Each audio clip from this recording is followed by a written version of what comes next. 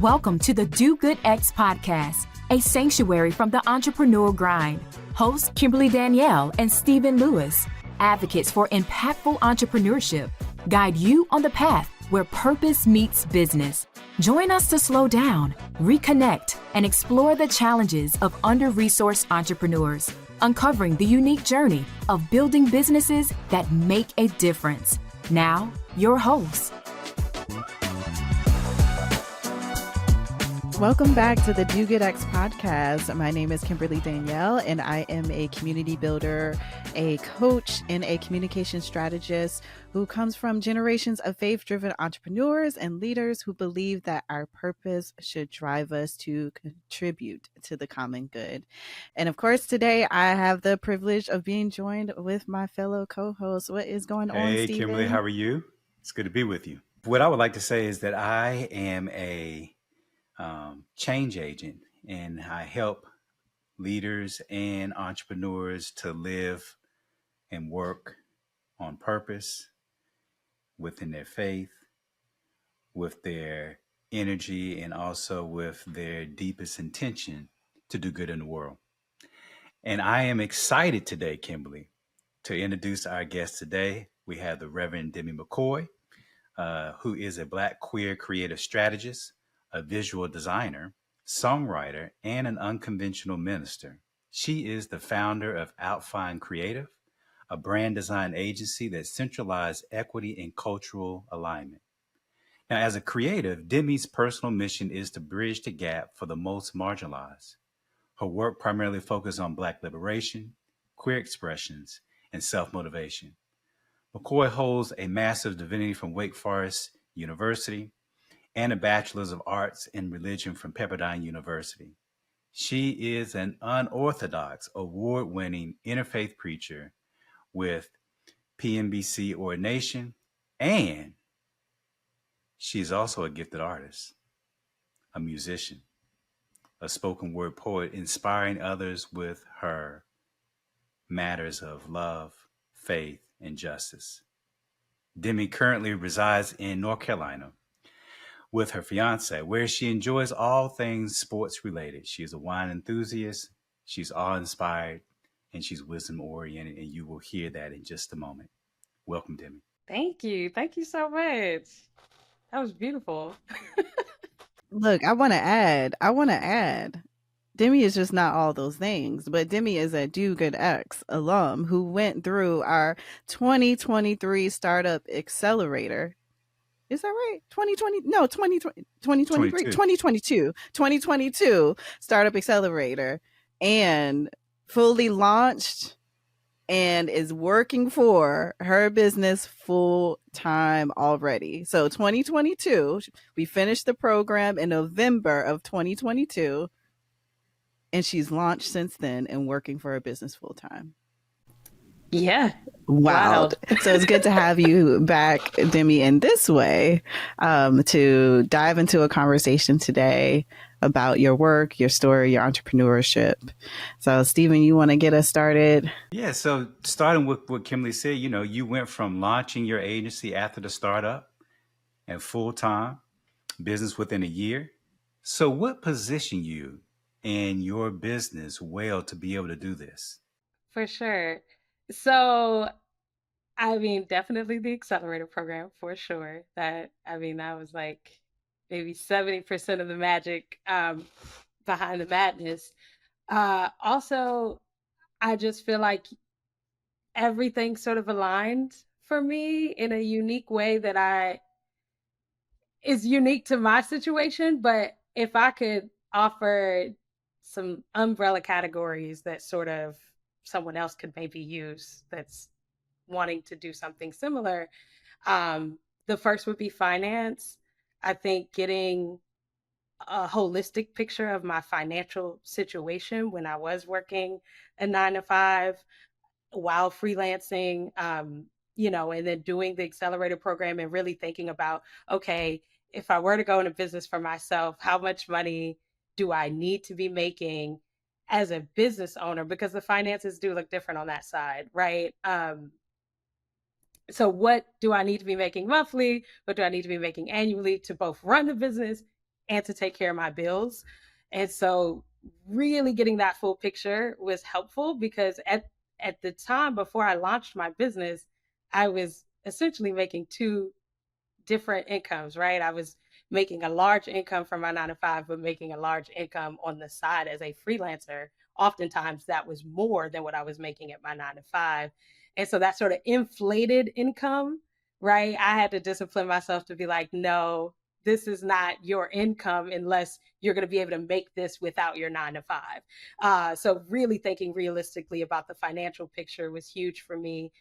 And making that switch as quickly as I could was also important because I did not want to get comfortable making such an inflated income and then need to somehow match that. So making that switch was important for me to do that relatively quickly. The second thing I would say would be like family, folks, friends, right? Having a community of care that knows you're about to go into the business venture because businesses do fail. And so having a community of care that understands the risks that are being taken, because to me I'm not just going into business and I'm the only one taking a risk, right? Folks have people who are dependent on them. I don't have any kids, but I know a lot of people have kids, right? And so you have folks that you're responsible for, they're taking just as much of a risk as you are. And so I think, for adults, them consenting to, okay, I understand you're taking this risk, right? But also having a care plan. If things fail, where are we pivoting to? Who are you staying with? Who are you crashing on the couch with, right? And so really having a community behind me. And what it did was it created a community of cheerleaders for me as well, right? So we're risk taking, but we're also cheering you on because we want this to go well for you as much as we want it to go well for us. And then lastly, I would say faith. And this is where the accelerator was really crucial for me. Having faith, not just in a spiritual standpoint, right? But that's important, right? Who you pray to, what ancestors you call on, all of that is important. And also just having a deep belief in yourself that you can do this. And that I realized was my biggest struggle until I did the accelerator program, right? I had not launched a business because I didn't truly believe that I could make it to this side of owning a business and doing it full time, right? It just, until you do it, it kind of feels unbelievable. So you have to have the faith that you can actually do it. And getting through that accelerator, meeting other business owners, other people who are starting a business, having different mentorships from you all and from the mentor you paired me with, shout out to Scarlett. That really helped me to believe that I could actually do this. So here I am. And look at you now. Yeah, that's really good. It makes me think about just a few things. One, we constantly talk about community on this podcast and how important that is for the journey. And so the community of care that you talked about is that. And it is vital to really positioning yourself well as an entrepreneur.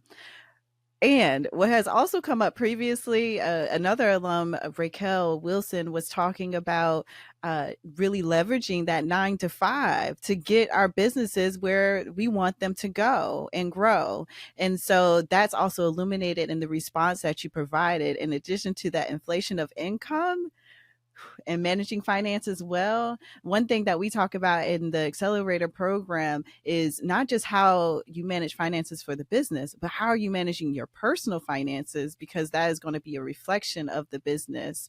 And so that is key too, especially for communities of color. So if you are over there turning your side hustle into a business, listen to what Demi is saying. Make sure that that inflated income is put off to the side and invested well to prepare for your business. So I just had to say that. But now, talking specifically about OutFind Creative, and your work focuses on brand and branding. For entrepreneurs who may not be familiar with this term or who may have the wrong definition of brand, can you share what this is and why branding and brand design is important for businesses? Okay. So, great question. For me, I would define brand as what distinguishes your identity, right? And so it's not your identity, but it's what distinguishes your identity, what makes, what people can see as you being whoever you say you are, or who you say your business is. And so I think, there's a whole bunch of different lingo. There's brand, there's branding, there's brand design, there's marketing, and then it can all get very convoluted. So for me, I feel like brand is what distinguishes you. Branding is the process of fleshing that out. Brand design is the way you communicate that, the way you package that. And then marketing is how you connect that to your audience, right? So yeah, so when I think about it, brand is really, really important for businesses. Branding, all of that is important because ultimately it does get you to how you connect to your audience. Um, a good way I like to think about it is like if you think about cars, right? Your engine, right, runs the car, but your car is how people distinguish you. People don't just look at a car and go, "Oh yeah, that's a 6-cylinder engine." They don't, right? They see the car. Right? They might know what's inside the car, they might know how fast the car goes, but they might not actually know what's under that hood. And that's not what they see. So your brand is really the car. Your business is your engine, your brand is your car. How do people know that that's you? When they see that car, what do they think of? Does it speak to them? Is it a car? Is it a truck? Is it a right? And so that's how I like to think about it. And so you definitely need that for your business. If you were to, open a storefront in a shopping mall, right? You need a brand to tell people, okay, these are the type of people we're looking to come in the store. This is how we want to design the store. This is the type of signage we want to put outside, right? These are the type of people we want to employ here. And your brand informs all of that. Otherwise, it's just an empty space. Yeah, I think that's really good. And OutFind Creative is a brand design agency that centralizes equity and cultural alignment. So share some examples of how you design to achieve this and helping people to outfit their brand or their car or what distinguishes them. So for us with equity and cultural alignment, there are several ways in which we do it. My favorite is that we have queered the design process. So when you think about designing, a lot of people point to design thinking, and there's a whole process there that begins with empathy, right? And it moves to ideation and so on and so forth. With our process, we don't want to just start with empathy, because what happens is a lot of designers, they'll start with empathy, right? And that's them putting themselves in the shoes of whoever they're designing for. And then they move on to create what we call personas. And that's a tool that they use to create a profile of an imaginary person, right? Based on what they've just empathized with for their design project. But what that does is it really takes you out of the connectedness and the alignment with who you're designing for. And so at OutFind, we're really intentional about keeping the audience or the customer there throughout the entire design process and really collaborating with them instead of just extracting information, creating a fake profile and letting that guide the process. We kind of put the customer in the driver's seat and they guide the entire process, right? And we're there to design, along the way with them. But I think that really just it changes up some things when you're thinking creatively. Having people at the brand making table who you're designing for makes all the difference. And so that's one of the ways in which we do it. The other way that we do it is we work with social impact organizations. So our designs are showing up in spaces where they really are having impact. So we're working with, HIV organizations that are focused on increasing compassion, different things, reproductive justice. And so being able to work with social impact organizations and do the designs for awareness campaigns and anti-stigma campaigns. And so you see the designs in action. It's not just let's make money from good design. It's, if we're making money, it's to fuel social impact endeavors. And so that's another way in which we do it. And then the third way I'll say is just we embody the equity piece of it because our leadership team is Black, queer, and woman led. And so having us as the leaders is creating equity and disrupting the industry in a way that creates cultural alignment and really gives folks an option that sometimes certain organizations reach certain levels and they don't see themselves represented when they're looking to hire a design agency. And so we're also creating it just by existing and doing what we do. So, I know that technology, AI has impacted, generative AI and technology has impacted the design world. Really, a whole bunch of worlds and fields, of course, but specifically around your work, the creative and design field in different ways, whether that is, you can type in something and instantly you have this design or you have this logo, you can input information into, Chat GPT or Gemini or what have you, and it generates all of this information for you that you might want or desire about your brand. How has this created opportunities or challenges for your business? Yeah, for sure.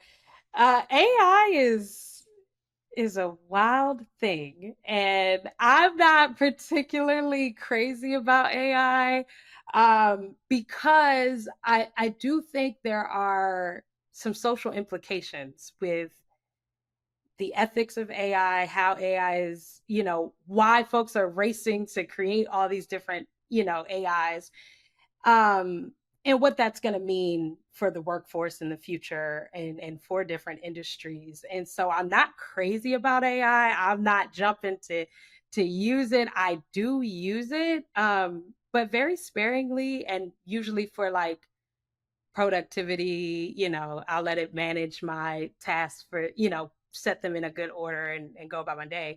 But in terms of the creative aspect, I don't use AI for any of that unless it's something really simple, like, okay, I want to see this banner in 20 different settings, and AI can do that really quickly. I can see it and I can know, okay, I probably should tweak these things about the design so that it can sing, when it's here or something like that. But I will say that I am not afraid in terms of what AI is doing creatively, because I think in the long run, what we will see and what we're starting to see is that because AI is able to create and generate designs and these things,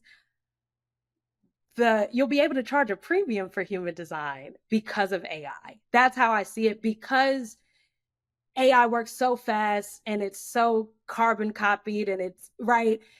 There will come a time where it will be like, well, this is designed by a human, so it's worth more than what your AI just did, right? I don't know how you're going to charge a premium for an AI logo, but you could definitely charge a premium for a human designed logo. And so I actually think it's getting us there, right? I mean, when we look at artisan and handcrafted things, right? I'm sure, when we discovered factories and people were able to manufacture at large scale, right?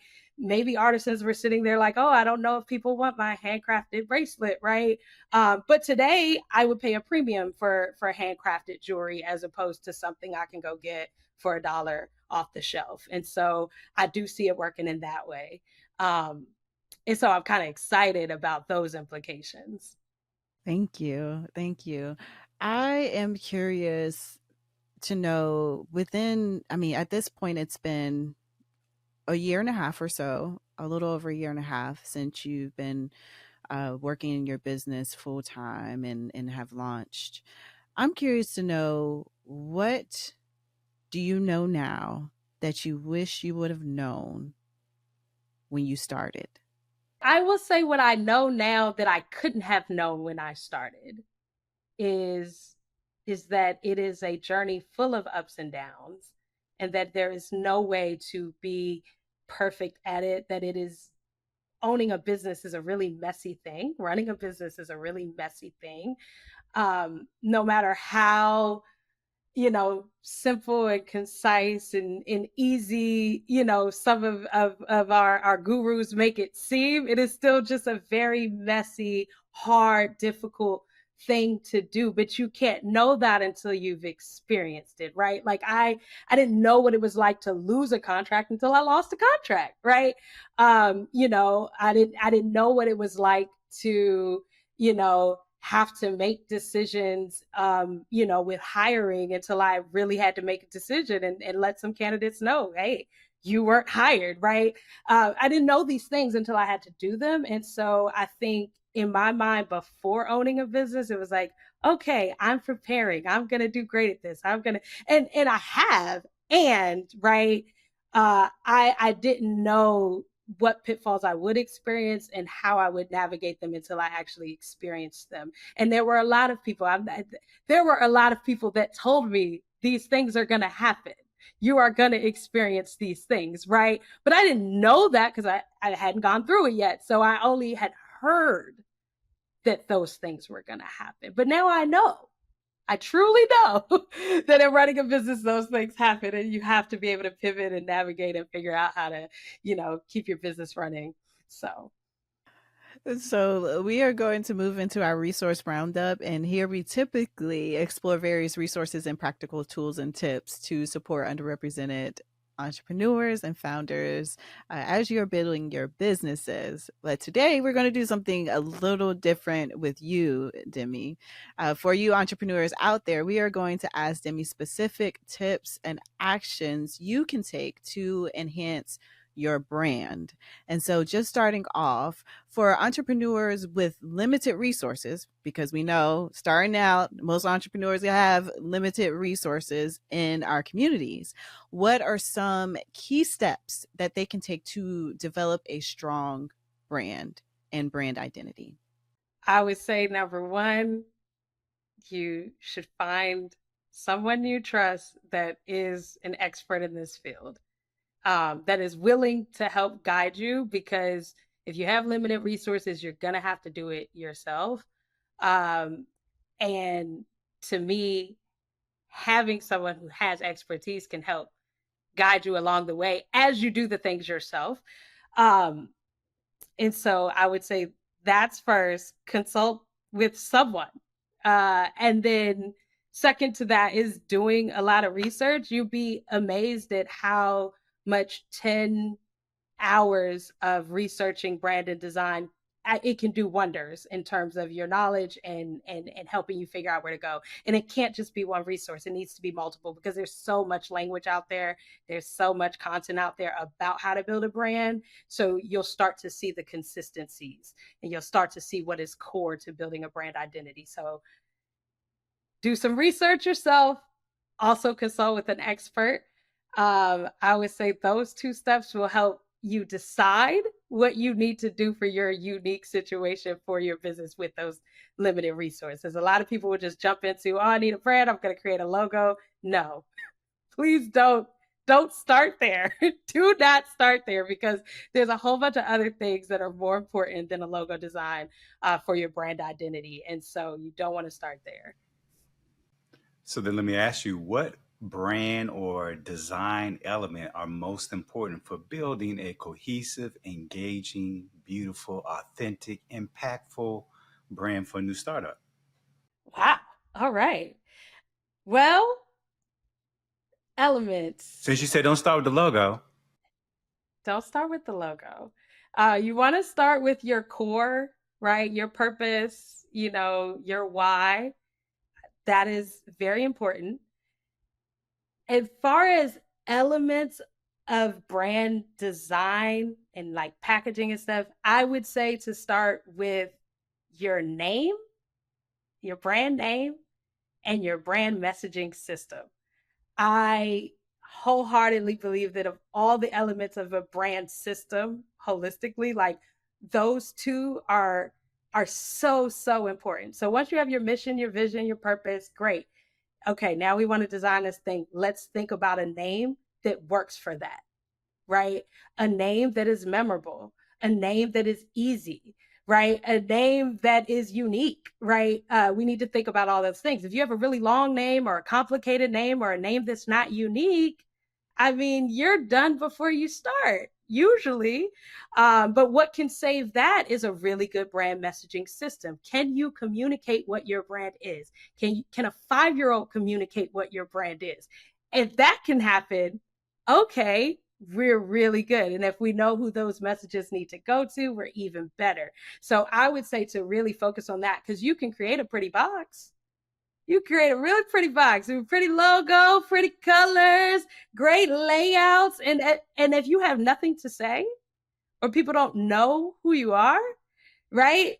It's useless. So don't spend your money on all of that pretty stuff, right? Spend your strategic efforts on coming up with a really good name and a really good brand messaging system.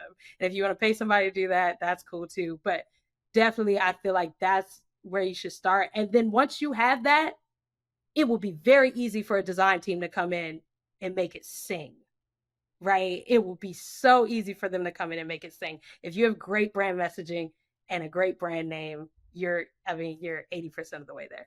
So for entrepreneurs who are just starting out, maybe they're in the, it varies from entrepreneurs who are validating their MVP or MVS, to those who have, just launched a business, to people who have been in the game a long time. It really varies where entrepreneurs might be. So when is best for a new business to build its brand?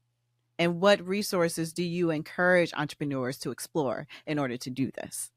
All the time is my first answer. All the time, you should be building your brand, because you have to communicate your brand all the time if you're running a business.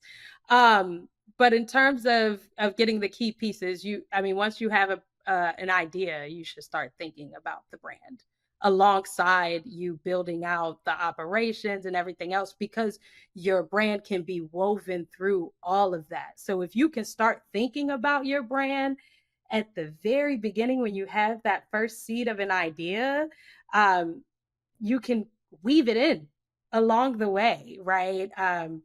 We have our brand woven into, our interviews when we hire folks. We have our brand woven into our SOPs. It's integral, and it really does make a difference. So yes, I would say all the time, but especially in the beginning. As far as resources, there's so much out there. Again, I would say find someone you trust, who's in the field. Um, but like if you're working on like brand design, and I think Canva is really good. Canva also has a lot of courses and stuff like that. So if you're going to be doing your graphics and stuff and you're a beginner, or you're doing it yourself as a business owner, I'd recommend Canva. I recommend LinkedIn Learning. Yeah, there's so many things out there, but they all cost money. So, but yeah, so find someone you trust and find someone in the industry that can just help guide you, because there is a lot out there. I don't have a go-to in terms of like, oh yeah, I definitely recommend this resource, because there is so much. There's a lot of books too that are good. Start with Why, The Brand Gap, things like that you can sink your teeth into as well. But yeah, find someone you trust that can kind of help you navigate that. How much time and minimally what should people set aside who don't have a lot of resources to actually focus on developing their brand? But like I said, as far as if you're starting out, Mm-hmm. at least 10 hours Okay. of researching brand identity and like brand building, because I really feel like just 10 hours and you'll have a good picture of like how much more time you need to spend on it, or where you can start plugging and playing. So I would say start with that 10 hours of do it yourself research. Google, you'll find a lot of different things, and you can decide from there, do I want to take some e-learning courses Or, do I want to just hand this off to someone? Because you could do those 10 hours of research and be like, I'm overwhelmed. Let someone else handle it. Or you can find yourself doing those 10 hours of research and getting really empowered. Like, I can do this. I just need to sit down, figure out my core, figure out my brand compass, write it out. Definitely carve out some time to write out these things too. Don't just carry your brand in your brain. I see so many people do that. You do need to write it down. So carve out a few hours, maybe 5 hours of writing down, 10 hours of research, 5 hours of writing down, and then see where you want to go from there. For those of you tuning in, if you are ready to take your business to the next level or looking for additional resources, be sure to visit us at dogoodx.org. There you will find resources, practical tools and tips, opportunities, and you can join our LinkedIn community of like-minded entrepreneurs and change makers. Demi is even there. So you can tag Demi, ask her more questions about a brand. So we hope to see you in that group. And now we are going to shift to our segment that we call Off the Cuff. So we have a series of questions that have not been shared with Demi that we will ask you to respond quickly. And here we want your first thoughts that come to mind and their uncensored responses. So you ready? I guess so. So what has been the greatest lesson so far on your entrepreneurial journey? Consistency. That's the first thing that came to mind. I'm just going off the cuff. Consistency. I think, I'm starting to notice a pattern. I haven't been in business that long, but starting to notice a pattern. When we're consistent on things tend to go better. And when you're inconsistent on things, problems tend to arise. What is one piece of technology that has been a game changer for your business? ClickUp. ClickUp is a game changer. You can do so much on ClickUp. So I recommend that if you're managing teams or multiple projects or working with freelancers, ClickUp is great. And for those of you who don't know, ClickUp is a project management tool and resource. So if you need that, check it out. What is one daily, weekly, or monthly practice that sets you up for success as an entrepreneur? Daily, weekly, or monthly practice. Listening to music. Okay. I mean, as someone who is formerly a recording artist and also I'm just a music head, so I always listen to music, and it helps me throughout the workday. It helps me get amped up. It helps me get inspired. It helps me spiritually. Yeah, music for sure. I'm going to pop in one extra question. What is your song that gets you amped up? What? I don't know. There's so many. Well, what's your go-to? What's your go-to? My go-to? Gosh, that's so hard. Like, I don't have a go-to song. I have go-to playlists. What's one of the songs that are on the playlist? See, now everything is gone. My brain is like, no, we're not picking a song, so there's nothing. Is it well, okay, this is gonna sound odd, but I have a song called Be Like You by Demi Day. It's by me. And that song is on so many of my motivational playlists. And I do think people will take away something from it. But yeah, there's a lot there. So, but that one's sticking out. So I'm gonna name that and offer that as a gift to the people. Good. How much of your success do you attribute to your faith versus your own grit, will, and hustle? Wow. Well, I feel like my grit, wit, and hustle is kind of built on my faith. So It's almost like 100%, right? It's either 100% or it's 50-50, right? It's because I think they go hand in hand. So I would attribute all of my success to both of those things. So yeah. So it's like 50-50 for now. All right, we'll complete this sentence. Because of my Okay. entrepreneurial endeavor, communities will be or more able to do. They will be able to thrive. They will be able to thrive. Well, Demi, I want to thank you for being with us today and sharing a little bit about your entrepreneurial journey and story in OutFind Creative. So, thank you for being with us. You are an inspiration, and you are doing such great work in the community. And we look forward to seeing where your entrepreneurial journey will take you. Yeah, thank you so much, Demi. Thank you. Thank you for having me. Y'all are an inspiration, and so I'm really grateful that you even asked me to be a part of this and to be in conversation with you. And I commend you on all the work that you are doing for entrepreneurs like myself. It really is impactful and powerful, and it keeps me going. So thank you. Thank you, Demi. Yeah, thank you. All right. So today we are going to explore what podcasts and or books or book singular we are currently interested in or reading or listening to that may or may not have anything to do with the entrepreneurial world. This is just about me and Stephen as human beings. So, Stephen, do you have a podcast or a book that you're diving into or that you want to dive into? Yeah, well, one podcast that I have been listening to is another episode is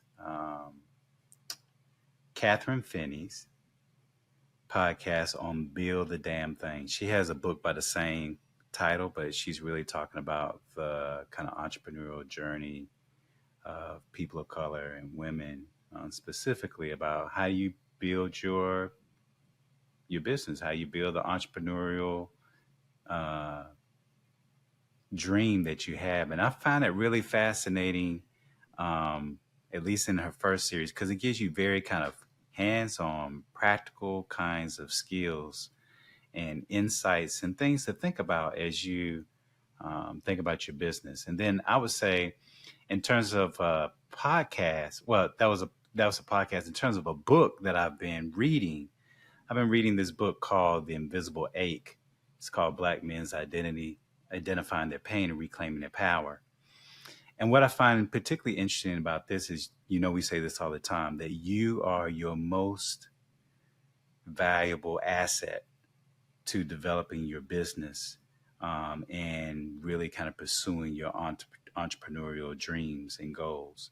And so part of this, I think, is about, your own kind of self-care and personal development. And what I found interesting about this book is the way in which um, all of us have aches and hurts and pains. And how do we talk about disappointment, particularly in the entrepreneurial journey? You have so much naysayers and people who say no before they might say yes, or losing a contract or an opportunity and those types of things. And how do you how do you deal with that? And how do you actually kind of metabolize and alchemize that in such a way that allows you to kind of get back up, dust yourself off, and move forward? So, what I found particularly interesting about this book is the ways in which it has important resources about your community and therapy and other kinds of things that helps.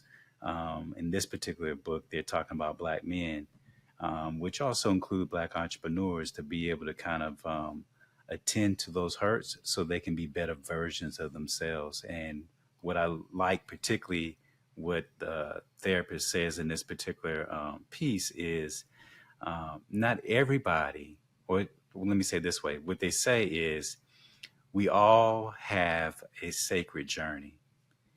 And the question is, who gets to witness that? In many ways, I think our entrepreneurial journeys are similar. that these are sacred journeys into creating and creation of something that is wants to be put out in the world that is good and on behalf of the good things in the world. And the question is, who gets to witness that? Who gets to witness your evolution and your revolution to becoming the good, the force of good that you want to be in the world? So I would offer those two pieces. What would you say, my friend? Those are good. Those are two good pieces. I would say Catherine Finney's podcast and her book are really great. And I, from a Black woman's perspective and support of Black men, am also reading. Well, I'm listening to the audiobook of Invisible Ink. So I also encourage you all who are in community with Black men to also read that book as well, or check out the audiobook. So for me, there are various books and podcasts that I've been listening to, but one book is a book / workbook that I have been going through is called The Shadow Work Journal, and it's by Keela Shaheen. And it is really driven by Carl Jung's approach to shadow work.